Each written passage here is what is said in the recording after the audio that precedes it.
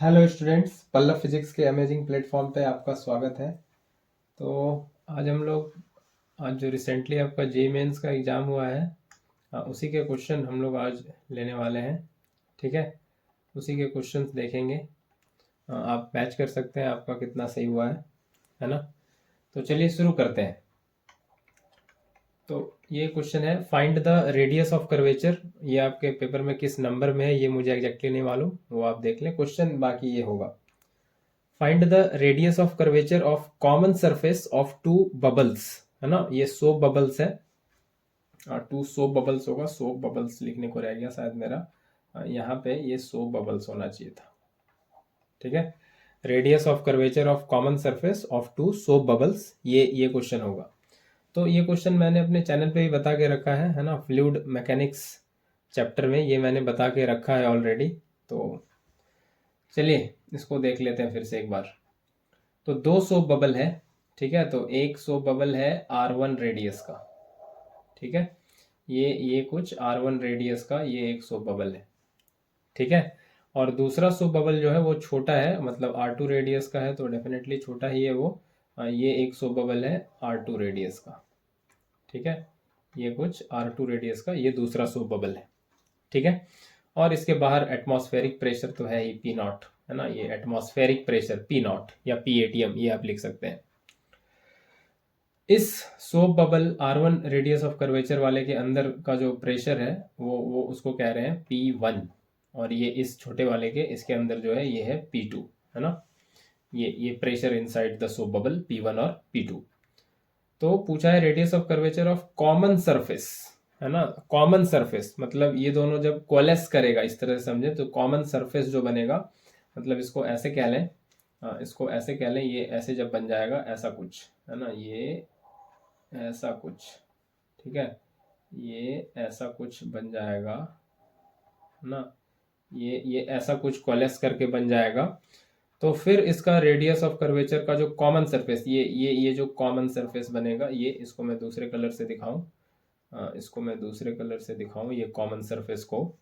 ये वाला, ये जो कॉमन सरफेस बन रहा है इसका रेडियस ऑफ कर्वेचर पूछा है ना। तो इधर इधर वाला स्टोरी है P1 और इसका रेडियस ऑफ कर्वेचर है R1।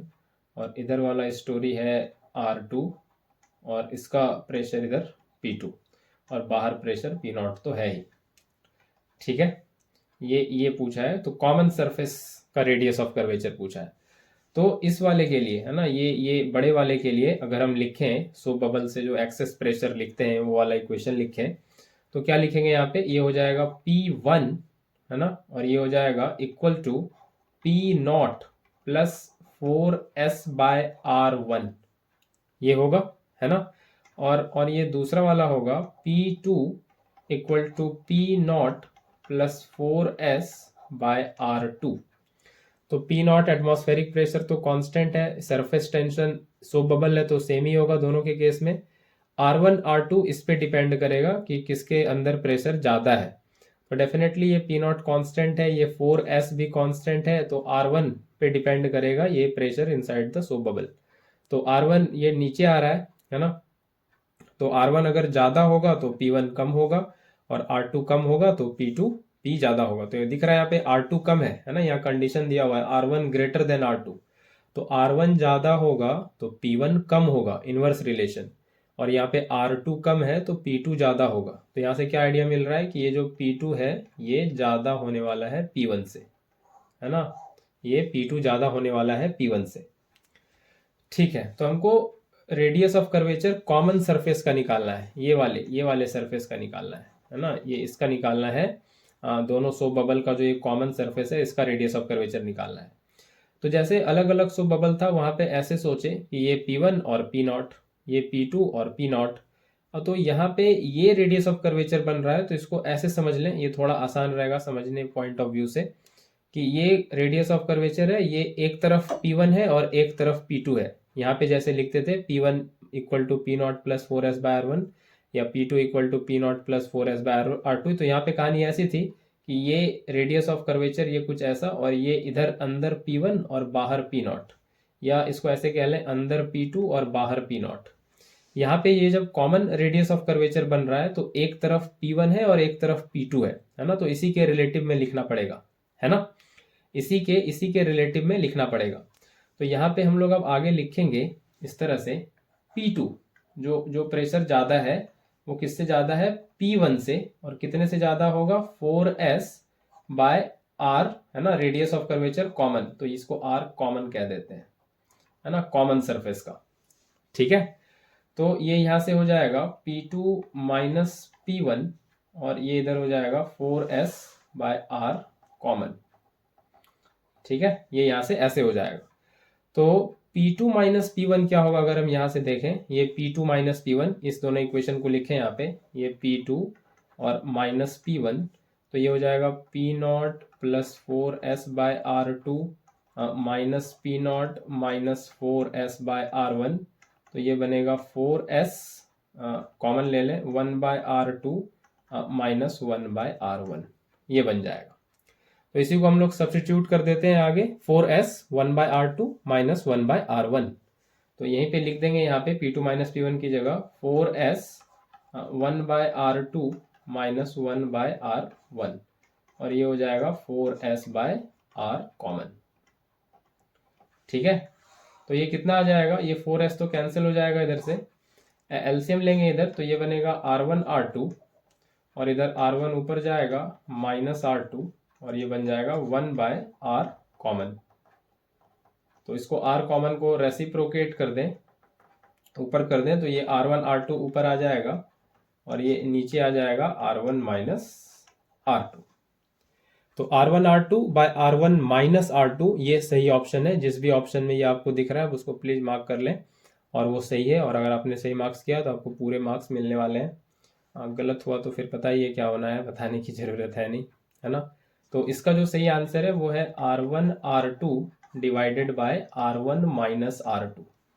ठीक है, तो ऐसे आपको इसको ऐसे डील करना था। ठीक है, ये आई होप ये पूरा समझ आया होगा। आगे बढ़ते हैं, अगले क्वेश्चन पे चलें। क्वेश्चन नंबर, ये तो 6 पे आ गए हम लोग डायरेक्टली। क्वेश्चन नंबर 2 पे चलते हैं पहले। हाँ, 2 पे आते हैं। ठीक है, question number 2, a particle is projected with a velocity 60 metre per second at an angle 30 degree with respect to horizontal. तो क्या कहानी है, तो ये हॉरिजॉन्टल हो गया कुछ ऐसे, और ये प्रोजेक्टाइल पाथ बना लें ऐसे पहले, और ये कुछ इस तरह से ये थ्रो है, कितने 60 मीटर पर, ये 60 मीटर पर सेकेंड, ये वेलोसिटी, ये 30 डिग्री, सॉरी ये 60 डिग्री नहीं, ये 30 डिग्री। ठीक है, और u जो है वो कितना है, वो है 60 मीटर पर सेकेंड, ये इनिशियल वेलोसिटी, ये u है ना। It reaches height h1 in first second, तो कुछ कह लें कि ये यहाँ पे है ना, ये h1 हाइट है ना, इसको दूसरे कलर से अगर दिखाएं ताकि विजिबिलिटी में इशू ना हो, ये h1 हाइट, ये चले गया कुछ पहले सेकेंड में, है ना, यहाँ इसको ऐसे मार्क कर देते हैं। ठीक है, ये h1 हाइट कुछ पहले सेकेंड में चले गया यहाँ पे, और height h2 in the last second, है ना, तो शुरू का आखिरी का 1 सेकेंड और आखिरी का 1 सेकेंड, शुरू का 1 सेकेंड और आखिरी का 1 सेकेंड, तो आखिरी का 1 सेकेंड कुछ ये वाला h2 ड्यूरिंग इट्स मोशन। तो find the ratio of h1 and h2। तो इस क्वेश्चन में कुछ ज़्यादा सॉल्व करना ही था क्या, करना ही नहीं था शायद। ये पहले 1 सेकेंड में, है ना, पहले 1 सेकेंड में h1 हाइट गया, और लास्ट 1 सेकेंड में, है ना, उसमें h2 हाइट गया। तो प्रोजेक्टाइल मोशन तो बिल्कुल सिमेट्रिक होता है, इनिशियल थ्रो से मैक्सिमम हाइट तक जैसा मोशन है वैसा ही मैक्सिमम से वापस ग्राउंड तक आने का मोशन है, सिमेट्रिक है। तो पहले 1 सेकेंड में जितना ऊपर उठा ये, आखिरी के 1 सेकेंड में उतना ही नीचे गिरेगा, है ना। ये आप मैथमेटिकली पूरा सॉल्व कर सकते हैं, लेकिन कॉम्पिटिटिव एग्जाम में अगर कुछ ट्रिक लॉजिक पता है तो टाइम वेस्ट नहीं करने का है। पहले 1 सेकेंड में जितना ये ऊपर उठा उतना ही आखिरी के 1 सेकेंड में नीचे आएगा, है ना। तो सीधा सीधा इसका आंसर h1/h2 1:1 आ जाएगा, है ना, यही रेशियो बन जाएगा h1/h2, सिंपल, है ना। जितना 1 सेकेंड में ये ऊपर उठा है h1 हाइट, उतना ही ये लास्ट के 1 सेकेंड में h2 हाइट नीचे आएगा, क्योंकि प्रोजेक्टाइल सिमेट्रिक होता है। मैक्सिमम हाइट से इधर की कहानी देखें और मैक्सिमम हाइट से उधर की कहानी देखें, तो ये सिमेट्रिक है बिल्कुल। ठीक है, तो ठीक है, आगे बढ़ते हैं फिर। तो ये 1:1 आ जाना चाहिए रेशियो शायद, है ना। तो 1:1 ही आ जाएगा, ज़्यादा बनाने का इसमें कुछ था नहीं वैसे, है ना। तो सीधा सीधा ये ऐसे हो जाएगा। आगे बढ़ते हैं, क्वेश्चन नंबर 3 को देखते हैं। तो ये कह रहा है 2 spherical black bodies of radius 0.8 metre and 0.2 metre. तो 2 स्फेरिकल ब्लैक बॉडी है, ये एक ब्लैक बॉडी और दूसरा ये एक ब्लैक बॉडी। इसका रेडियस और इसका रेडियस, है ना। ये इसका रेडियस कह दें कुछ R1 और ये है 0.8 मीटर, और इसका रेडियस कुछ कह दें R2, ये है 0.2 मीटर। ये कितने टेम्परेचर पे है T1 400 केल्विन, और ये कितने टेम्परेचर पे है 800 केल्विन। तो ratio of rate of heat loss पूछा है ना। ब्लैक बॉडी है और हीट लॉस का रेट पूछा है, यानी कि इंटेंसिटी ऑफ रेडिएशन, है ना। बॉडी रेडिएट कर रही है एनर्जी, तो हीट का लॉस हो रहा है। तो ये आपको पढ़ते पढ़ते आइडिया लग गया होगा ब्लैक बॉडी वगैरह ये सब देख के कि ये कहाँ से है। ये स्टीफन बोल्ट्जमान लॉ से ये रिलेटेड क्वेश्चन है। और वहाँ पे आपने पढ़ रखा है क्या कि ये जो रेट ऑफ हीट लॉस है ना, ये रेट ऑफ हीट लॉस, तो इसको क्या देते हैं dQ/dt, है ना, रेट ऑफ हीट लॉस ना। इसको इंटेंसिटी भी कह सकते हैं, है ना, इंटेंसिटी ऑफ रेडिएशन। तो यही इवेंचुअली आ जाता है, तो रेट ऑफ हीट लॉस ही कहते हैं। तो रेट ऑफ हीट लॉस ये क्या हो जाता है, स्टीफन बोल्ट्जमान लॉ, है ना। ये आपको ध्यान होना चाहिए, स्टीफन बोल्ट्जमान लॉ, है ना। ये पता होना चाहिए। ये होता है इमिसिविटी सिग्मा ए टी पे पावर 4, है ना। ये dQ/dt को क्या बोल रहे हैं, rate of heat loss. Rate का मतलब होता है विथ टाइम की बात करना, विथ रिस्पेक्ट टू टाइम की बात करना, किसका लॉस, हीट का। तो dQ/dt, तो ये होता है इमिसिविटी सिग्मा ए टी पे पावर 4। टी तो टेम्परेचर हो गया, ए हो गया उस स्फेरिकल बॉडी का एरिया, सिग्मा, है ना। सिग्मा क्या है, स्टीफेंस कांस्टेंट, ये सब पता होगा। स्टीफेंस कांस्टेंट वो 5.67 10 पे पावर -8 जो होता है ना, स्टीफेंस कांस्टेंट। और ई है इमिसिविटी। ई क्या है, ये है इमिसिविटी। तो ब्लैक बॉडी के लिए, ये ब्लैक बॉडी के लिए इमिसिविटी तो 1 होता है ना। परफेक्टली ब्लैक बॉडी के लिए इमिसिविटी तो 1 होता है, तो यहाँ पे वही E=1 यूज करेंगे, तो ज़्यादा इसमें कुछ सोचना नहीं है। दिस इज E=1, तो यहाँ पे कोई दिक्कत तो है नहीं वैसे। तो बाकी देख लेते हैं अब। तो E तो 1 हो गया, ये हो गया 1, और इमिसिविटी ये सिग्मा स्टीफेंस कांस्टेंट ये तो कांस्टेंट है। तो dQ/dt एरिया और टेम्परेचर पे डिपेंड करने वाला है। तो इसी को यहाँ से अब आगे लिखेंगे, dQ/dt, पहले बॉडी का हीट लॉस ये कितना होगा बेसिकली, चलिए पूरा लिख लेते हैं, वैसे कट ही जाएगा।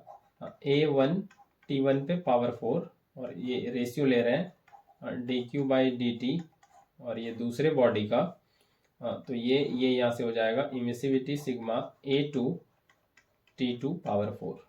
तो ये तो कैंसिल ही हो जाने वाला है। तो एरिया क्या हो जाएगा, ये हो जाएगा 4πr1², और टेम्परेचर कितना है पहले बॉडी का, ये है 400 केल्विन। ये कितना है, ये है 400 केल्विन। दूसरा ये है 4πr2², और टेम्परेचर कितना है, ये है 800। तो क्या क्या बचेगा, ये 4π कैंसिल हो जाएगा, R1 कितना है, R1 कितना है, ये है 0.8, ये है 0.8 बाय 0.2, इसका हो जाने वाला है स्क्वायर, और इधर 400/800 इसका हो जाएगा पावर 4। तो ये डेसिमल कैंसिल होगा, ये 2 4 जा 8 होगा, तो ये बनेगा 4 का स्क्वायर, और इधर ये 0 0 कैंसिल होगा, 4 1 जा 4, 4 2 जा 8, ये होगा 1/2 का पावर 4। तो ये 4 4 जा 16, और 2 पे पावर 4 ये भी 16, तो ये कैंसिल होके 1 आ जाएगा, है ना। ये 1 आ जाएगा। रेशियो पूछा है क्या, हाँ, तो रेशियो 1:1 आ जाएगा, 1:1 आ जाएगा, ठीक है। तो ये जो क्वेश्चन था ये इस फॉर्मूले पे था, आपको पढ़ते पढ़ते आइडिया लग गया होगा। तो रेशियो 1:1 आने वाला है इस क्वेश्चन का, ठीक है। रेशियो क्या आ जाएगा, 1:1। आई होप ये समझ आया होगा, काफ़ी आसान सा क्वेश्चन था। ये फॉर्मूला आपको ध्यान होना चाहिए था, स्टीफन बोल्ट्जमान लॉ वाला। इमिसिविटी सिग्मा ए टी पे पावर 4। ठीक है, आगे बढ़ते हैं, अगले क्वेश्चन पे चलते हैं और वो है क्वेश्चन नंबर 4। तो ये क्या कह रहा है, what amount of heat is required to convert 1 gram of ice at -10 degree Celsius into steam at 110 degree Celsius. तो यहाँ से क्या करना है कि ये आइस आपके पास है ना, ये आपके पास आइस है 1 ग्राम का, इसको स्टीम में ले जाना है जिसका 100 डिग्री सेल्सियस टेम्परेचर है। तो यहाँ पे सबसे पहले ये 1 ग्राम आइस है कितने पे, ये है -10 डिग्री सेल्सियस पे। तो पहले जब आइस को हीट किया जाएगा तो ये पहले आइस पहुंचेगा 0 डिग्री सेल्सियस पे। ये किस पे पहुंचेगा, 0 डिग्री सेल्सियस पे। यहाँ पे क्या इन्वॉल्व है, यहाँ पे इन्वॉल्व है टेम्परेचर का चेंज, -10 से 0 हुआ है। ठीक है, आगे ये आइस 0 डिग्री सेल्सियस से ये क्या बनेगा, वाटर बनेगा एट 0 डिग्री सेल्सियस, है ना। आइस से ये वाटर बनेगा 0 डिग्री सेल्सियस। यहाँ पे कोई टेम्परेचर का चेंज नहीं हुआ, 0 से 0। तो ये क्या है, ये है स्टेट चेंज की कहानी। आइस से सॉलिड से वाटर बन गया, लिक्विड, है ना, तो स्टेट चेंज हुआ है। अब वाटर से यहाँ से फर्दर, है ना, ये वाटर 0 डिग्री सेल्सियस से ये बनेगा वाटर, वेपर बन जाएगा, है ना, स्टीम बनेगा। यहाँ से पहले ये क्या बनेगा, वाटर बन जाएगा, स्टीम बन जाएगा कितने पे, 100 डिग्री सेल्सियस पे। तो फिर से क्या हुआ, फिर से टेम्परेचर चेंज हुआ। यहाँ स्टीम से ये फिर स्टीम बनेगा, मतलब वेपर वही, लेकिन ये इस बार 100 डिग्री सेल्सियस, है ना। तो यहाँ पे इसको स्टीम नहीं लिखें, यहाँ पे स्टीम लिखना गलत होगा। ये यहाँ पे वाटर रहेगा 100 डिग्री सेल्सियस पे, है ना। अभी स्टेट चेंज होना शुरू नहीं होगा, अभी ये वाटर रहेगा 100 डिग्री सेल्सियस पे। यहाँ वाटर से स्टीम बनेगा तो फिर यहाँ पे ये टेम्परेचर चेंज नहीं हुआ, ये यहाँ पे फिर इन्वॉल्व होगा स्टेट चेंज। ठीक है, ये यहाँ पे इन्वॉल्व होगा स्टेट चेंज। और स्टीम से फर्दर यहाँ पे कहानी नहीं रुकी है, 110 डिग्री सेल्सियस पे लेके आना है इस स्टीम को, मतलब इसी स्टीम को फर्दर स्टीम पे ही रखना है, लेकिन टेम्परेचर कितना है, ये है 110 डिग्री सेल्सियस। ये कहानी चलेगी। तो ये फिर से टेम्परेचर चेंज की कहानी, ठीक है, टेम्परेचर चेंज की कहानी है ये। तो यहाँ पे आइस -10 डिग्री सेल्सियस से 0 डिग्री सेल्सियस टेम्परेचर चेंज हुआ है। तो यहाँ पे हम लोग फॉर्मूला यूज करेंगे, m specific heat of ice delta T. यहाँ पे स्टेट चेंज हुआ है आइस से वाटर, यहाँ पे यूज करेंगे m स्पेसिफिक हीट नहीं, लेटेंट हीट, है ना। यहाँ पे क्या यूज करेंगे, स्टेट चेंज हुआ है तो लेटेंट हीट ऑफ फ्यूजन जो आइस का होता है। अब यहाँ वाटर से वाटर हुआ है 100 डिग्री सेल्सियस, टेम्परेचर चेंज हुआ है, तो यहाँ यूज करेंगे m specific heat of water delta T. यहाँ पे फिर टेम्परेचर चेंज नहीं हुआ, स्टेट चेंज हुआ है, तो वापस से यूज होगा m और लेटेंट हीट ऑफ वेपोराइजेशन, है ना, वेपर बना है। और यहाँ फिर 100 से 110 पे आ गया, टेम्परेचर चेंज हुआ, तो यहाँ पे फिर यूज करेंगे m specific heat of vapour delta T. तो जहां पे टेम्परेचर चेंज हुआ है वहां पे ms डेल्टा टी, जहां पे टेम्परेचर चेंज नहीं हुआ है वहां पे ml, है ना, लेटेंट हीट ऑफ फ्यूजन या लेटेंट हीट ऑफ वेपोराइजेशन। ये आपको क्लियरली दिख रहा होगा, ये आपको क्लियरली दिख रहा होगा। ये ms डेल्टा टी कहाँ है, टेम्परेचर चेंज में। ये m इंटू लेटेंट हीट कहाँ है, स्टेट चेंज में। ms डेल्टा टी कहाँ है, टेम्परेचर चेंज में। ml कहाँ है, स्टेट चेंज में। और ms डेल्टा टी फिर कहाँ है, स्टेट चेंज में, सॉरी टेम्परेचर चेंज में, 100 से 110। तो ये सारा टोटल हीट इन्वॉल्व है -10 से 110 तक लाने में। तो सब हीट को ऐड करना पड़ेगा, फिर फाइनली आंसर आएगा। ठीक है, तो चलिए हीट को टोटल ऐड कर लेते हैं। तो Q टोटल जो लग रहा है वो कितना है, सबसे पहले m specific heat of ice delta T, फिर m latent heat of fusion, plus फिर m specific heat of water delta T, m latent heat of vaporisation, फिर m specific heat of vapour या steam, and again delta T. तो ये पांच heat involve है ना, 1 2 3 4 5। ये सारा वैल्यू रखना है। तो पहले ये भी आपको पता होना चाहिए, स्पेसिफिक हीट ऑफ आइस कितना होता है, ये होता है 0.5 कैलोरी पर ग्राम पर डिग्री सेल्सियस। ये क्वेश्चन में मेंशन था, है ना। लेटेंट हीट ऑफ फ्यूजन कितना होता है, 80 कैलोरी पर ग्राम। हाँ, स्पेसिफिक हीट ऑफ वाटर कितना लेंगे, ये लेंगे 1 कैलोरी पर ग्राम पर degree Celsius. Specific heat of vapour कितना लेंगे, ये लेंगे 0.48, है ना, कैलोरी पर ग्राम पर डिग्री सेल्सियस। ये वैल्यू सारा यहाँ पे यूज करना पड़ेगा, ठीक है। ये वैल्यू सारा यहाँ पे यूज करना पड़ेगा।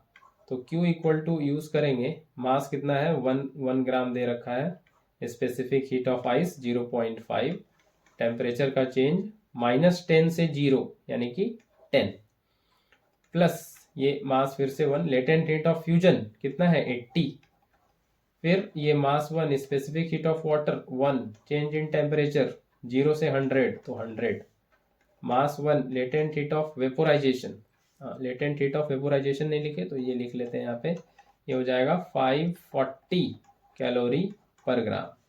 तो ये हो जाएगा 540 कैलोरी पर ग्राम। और फिर ये मास 1, स्पेसिफिक हीट ऑफ वेपर ये 0.48, और चेंज इन टेम्परेचर कितना हो जाएगा 100 से 110 यानी कि 10। तो ये कितना आ जा रहा है सॉल्व करके, ये पहले आ जाएगा 5, फिर 80, फिर 100, फिर 540 और ये 4.8। तो ये इवेंचुअली सॉल्व करके आएगा 729.8। तो ये ऑप्शन में है क्या, ये 930 911 तो होगा नहीं, 729.8। तो इसके नियरली 8 को अगर राउंड कर दें तो ये 730 लगभग बन जाएगा। ये 730 दिख रहा है यहाँ पे, 730 कैलोरी, ये पहला ऑप्शन है ना, 730 कैलोरी यहाँ पे दिख रहा है, ये फर्स्ट ऑप्शन सही लग रहा है, ठीक है। तो यही हो जाएगा, यही प्रोसीजर है इस क्वेश्चन को करने का, है ना। तो इसको ऐसे सॉल्व करना है। तो आगे बढ़ते हैं, क्वेश्चन नंबर 5 देखते हैं। ये है क्वेश्चन नंबर 5, ठीक है। क्वेश्चन नंबर 5 पे बात कर लेते हैं। तो एक बॉब है of mass m is suspended at a point O, यहाँ से सस्पेंडेड है ना, ये कुछ कह लेते हैं कि ये बॉब ऑफ मास m है ना, ये m मास का, by a light string of length l, ये स्ट्रिंग का लेंथ कितना दिया हुआ है, ये l लेंथ दिया हुआ है, ठीक है। And left to perform vertical circular motion, है ना, ये वर्टिकल सर्कुलर मोशन का क्वेश्चन आ गया ये। Initially by applying a horizontal velocity v naught at point A, तो यहाँ पे है ना, ये यहाँ पे, ये कितना वेलोसिटी दिया गया है, ये v not. The string slack when the bob reaches at the point D, slack करने का क्या मतलब है, ये याद आ रहा है वर्टिकल सर्कुलर मोशन, ये D पे पहुंचने के बाद स्लैक करने का मतलब है कि यहाँ पे जो टेंशन स्ट्रिंग में बनेगा वो बनेगा 0, है ना। लेकिन फिर भी ये सर्कुलर मोशन अपना पूरा करता है, क्योंकि इसमें जो इनर्शिया ऑफ मोशन है वो इसको डिराइव करता है आगे। ये जो वेलोसिटी गेन कर लिया है, अब वो वेलोसिटी क्रिटिकल वेलोसिटी कहते हैं उसको, आपको याद होगा √g(r) ऐसा कुछ पढ़ते थे हम लोग सर्कुलर मोशन में, वर्टिकल सर्कुलर मोशन में ये वेलोसिटी है जो इसको डिराइव करेगी आगे। तो टेंशन 0 होने से ऐसा नहीं कि मोशन पूरा नहीं होगा, मोशन पूरा होगा, प्रोवाइडेड दैट ये वेलोसिटी बनना चाहिए। तो क्वेश्चन ये है, ये सबसे हमको ज्यादा मतलब नहीं है, क्वेश्चन हमको है कि काइनेटिक एनर्जी बॉब का क्या होगा एट B और एट C, इसका रेशियो पूछा है। तो पूछा क्या क्वेश्चन में, काइनेटिक एनर्जी B पे और काइनेटिक एनर्जी C पे, ये रेशियो क्या बनेगा, क्वेश्चन तो ये है, ठीक है। तो काइनेटिक एनर्जी क्या होता है, ये होता है ½ mv/b² और ये होता है ½ mv/c²। काइनेटिक एनर्जी तो ये होता है, तो ½ m तो कैंसिल हो जाएगा, तो ये होगा v/b² बाय v/c²। तो मुद्दा इस क्वेश्चन में ये था कि B पे वेलोसिटी बताना है और C पे वेलोसिटी बताना है, वो अगर मालूम चल जाए तो ये यहाँ पे हो जाएगा सॉल्व, ठीक है, ये यहाँ पे सॉल्व हो जाएगा। तो वेलोसिटी निकालने का क्या तरीका है, एक तो वो तरीका है कि वो आपको फॉर्मूला रटा होना चाहिए कि किसी भी पॉइंट पे वेलोसिटी कहाँ क्या होता है। अगर हम A को यहाँ से रेफरेंस माने, यहाँ से A से कहानी शुरू हुई है, वो लिखा भी है, इनिशियली दे भी रखा है, A पे कहानी शुरू हो रही है, तो यहाँ को A को हम रेफरेंस माने और यहाँ से कहानी को देखें तो किसी भी पॉइंट पे वेलोसिटी क्या होता है, वो एक फॉर्मूला होता है डायरेक्ट, वो अगर आपने याद करके रखा है तो रट के रखा है तो बहुत बढ़िया है, फिर कोई दिक्कत नहीं होगी। आप फॉर्मूले को डायरेक्ट लगाएं और आंसर आ जाएगा तुरंत से।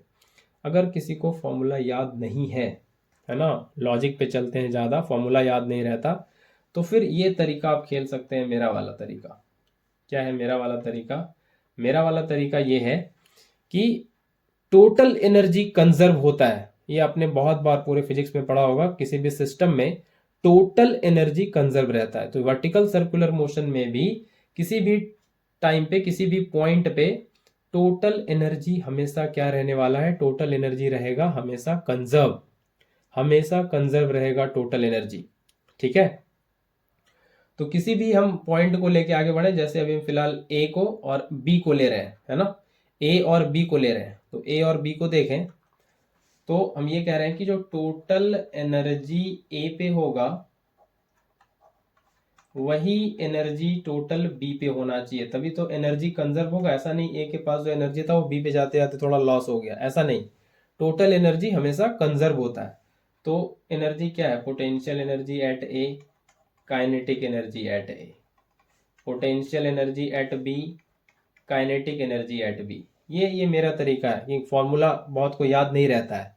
मैं बिल्कुल एग्री करता हूं उनसे, क्योंकि फॉर्मूला डायरेक्ट याद ना रहे तो ये लॉजिक लगाएं। एनर्जी कंजर्वेशन बहुत जगह, मोमेंटम कंजर्वेशन, मास कंजर्वेशन, ये सब बेसिक बहुत जगह हेल्प करता है।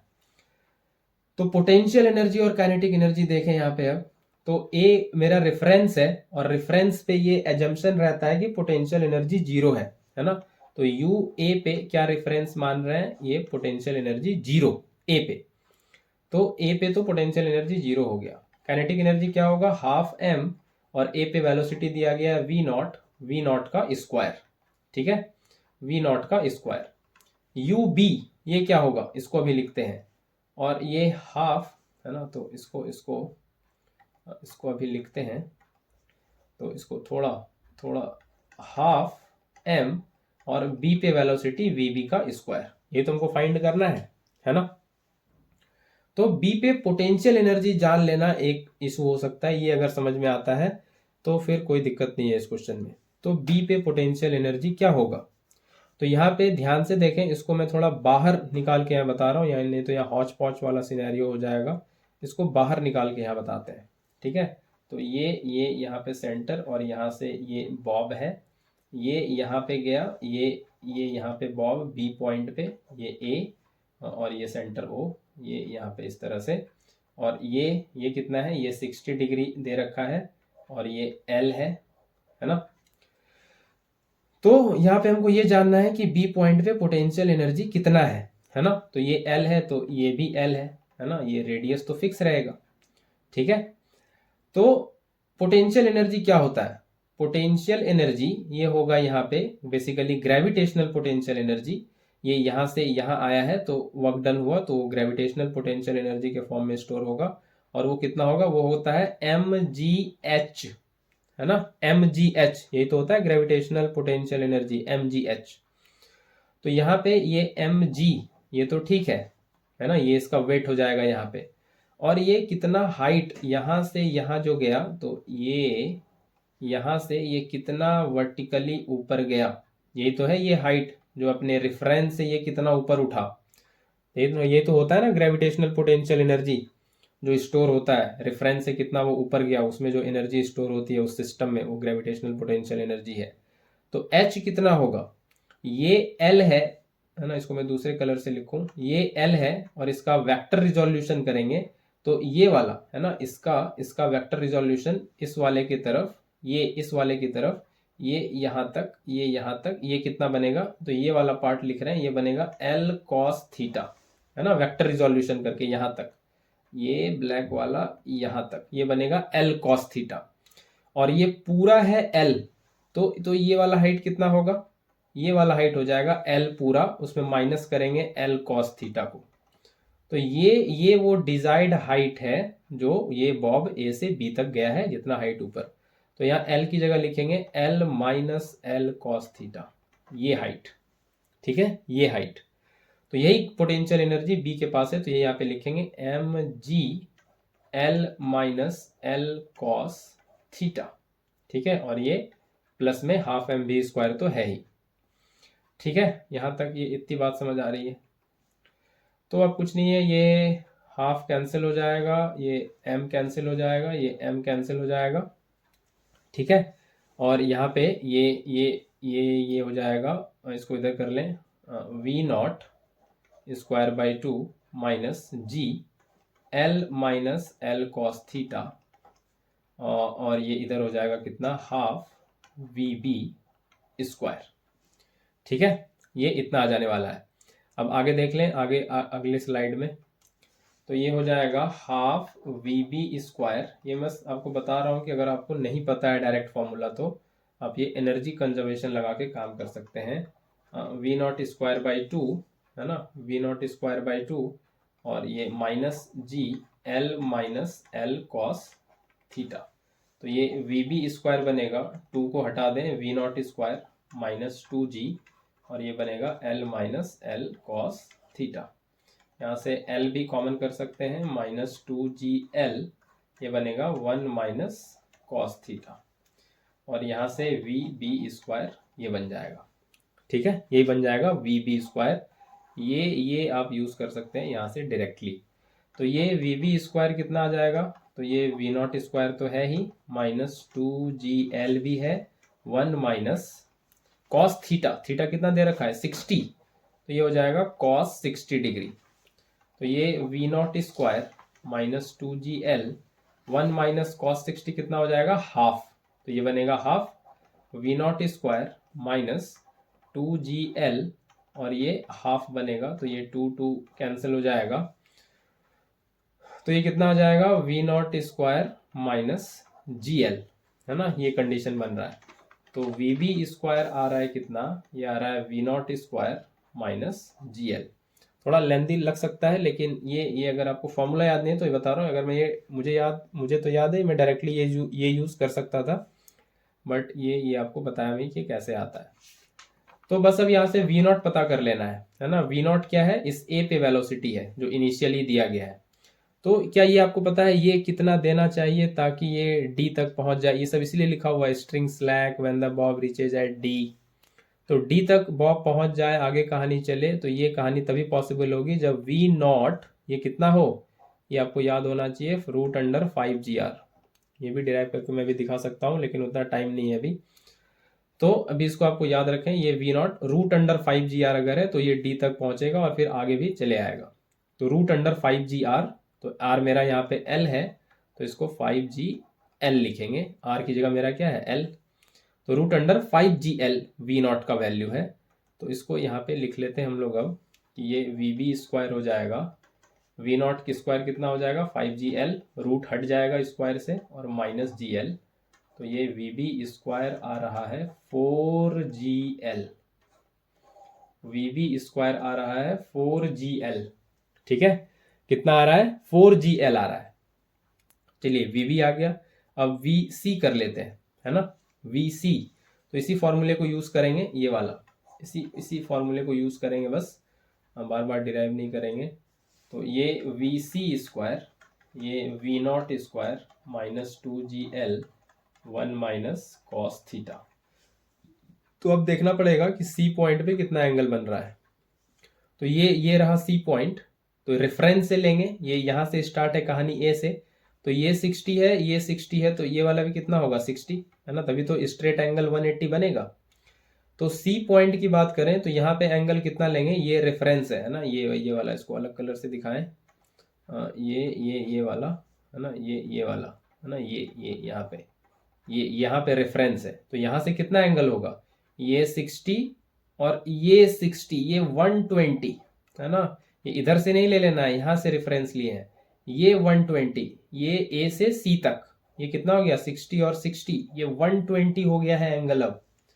तो अब जो एंगल लेंगे हम लोग यहाँ पे, है ना, अब जो एंगल हम लोग यहाँ पे लेंगे कॉस थीटा में, वो कितना एंगल लेना होगा, 60 और 60 120, तो ये तो हो गया 5gl, ये हो गया 2gl, ये 1 माइनस कॉस 120 डिग्री, तो ये 5gl minus 2gl, 1 minus cos 60 minus half, तो ये 5GL minus 2GL 1 minus minus plus half, ये हो गया 5GL माइनस 2GL, ये हो गया 3/2, ये 2 कैंसिल हो जाएगा, ये आ जाएगा 5GL माइनस 3GL, ये आ जाएगा 2GL।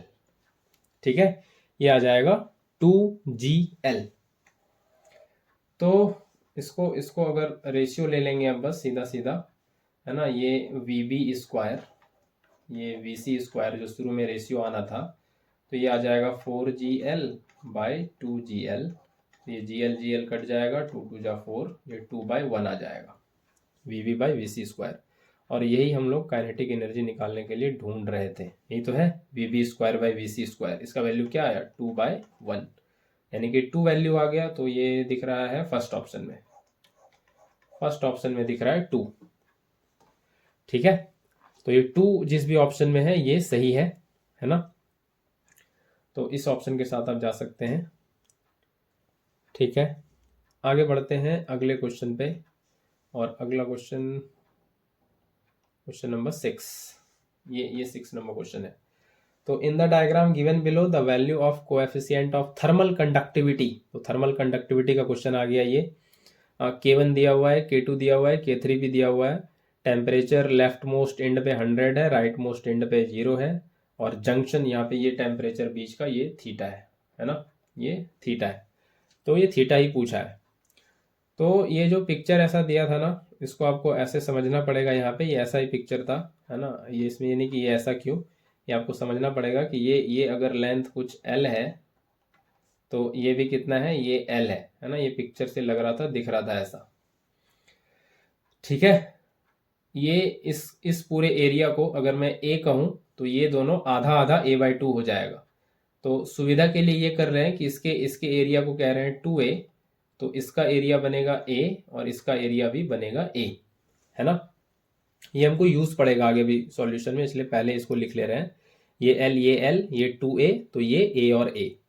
तो क्या तरीका होता है, ये जंक्शन का टेम्परेचर निकालने का, ये थीटा निकालने का, तो जैसे किरचॉफ्स करंट लॉ में करते थे, है ना, नोडल एनालिसिस, वही करना पड़ेगा इसमें भी। किरचॉफ्स करंट लॉ में कि current, net current at any junction is 0, है ना, incoming current equal to outgoing current, ये करते थे किरचॉफ्स करंट लॉ में। तो वैसे यहाँ पे भी काम लेना है, तो यहाँ पे जंक्शन पे वैसे डील करेंगे। और थर्मल कंडक्टिविटी आपने पढ़ रखा है कि वो कुछ ऐसा होता है dQ/dt, है ना, rate of flow of heat. ये क्या होता है, ये होता है K T1 minus T2 by K T1 minus T2 KA, है ना, KA T1 minus T2 bye L, ये होता है rate of flow of heat, है ना, rate of flow of heat ये होता है। थर्मल कंडक्टिविटी के फॉर्मूले से ये मालूम होगा, है ना, ये जितना हीट फ्लो हो रहा है। तो इसी लॉजिक को हम लोग यहाँ पे यूज करेंगे और नोडल एनालिसिस लगाएंगे जंक्शन पे, है ना। जंक्शन पे टेम्परेचर को ये ज़्यादा लेके, ये इधर 0 और 100 से इसी को लगाएंगे हम लोग, और यहाँ पे निकाल लेंगे कि नेट ये जो जंक्शन पे जो हीट है वो 0 करेंगे हम लोग। ठीक है, ये थर्मल कंडक्टिविटी वाला कॉन्सेप्ट लगाएंगे यहाँ पे।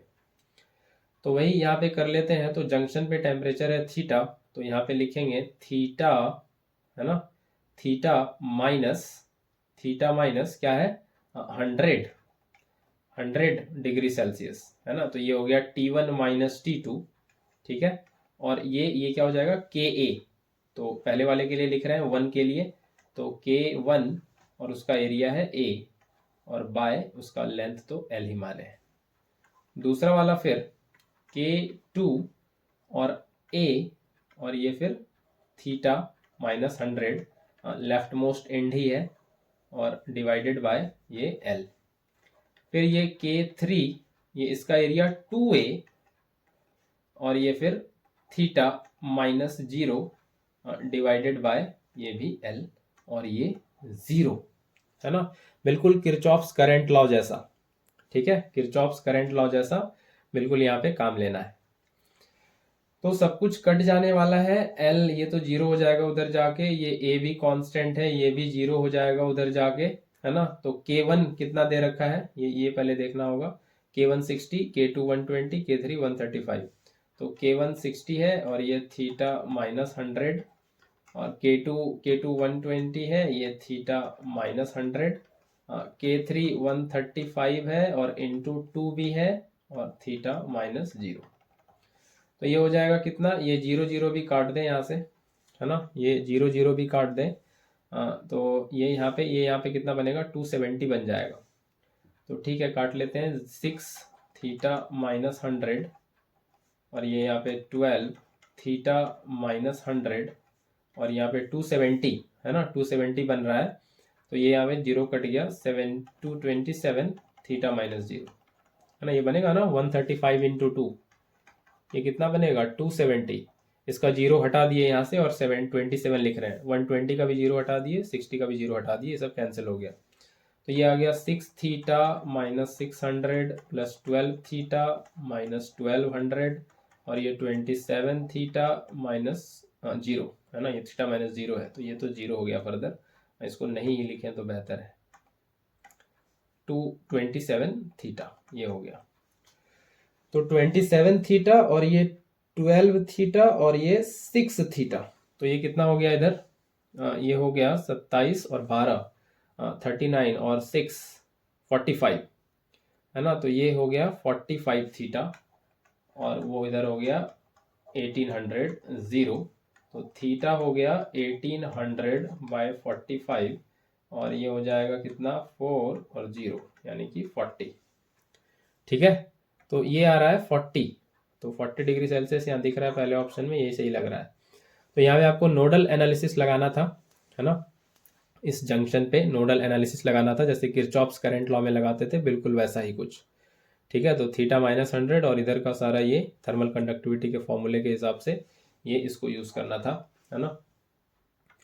ये ऐसा इसीलिए कर पा रहे हैं क्योंकि स्टेडी स्टेट तो मानना ही मानना है ना, स्टेडी लेके ही चलना है।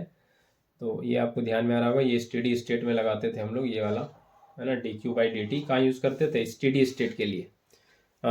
जो हीट फ्लो हो रहा है through each cross section is same, तो वहाँ पे स्टेडी स्टेट कहते हैं उसको। तो वैसा ही कुछ यहाँ पे लेके चलना है। तो ठीक है, ये ऐसे नोडल एनालिसिस से होगा, ये ऐसे करना था इसको, जैसे किरचॉफ्स करंट लॉ लगाते थे, कुछ वैसा ही। तो ठीक है, फिर ये कुछ क्वेश्चंस अभी मैंने किया, अभी और भी आगे अपलोड करेंगे, अभी और भी क्वेश्चन जो आया है उसको भी करने वाले हैं धीरे धीरे। ठीक है।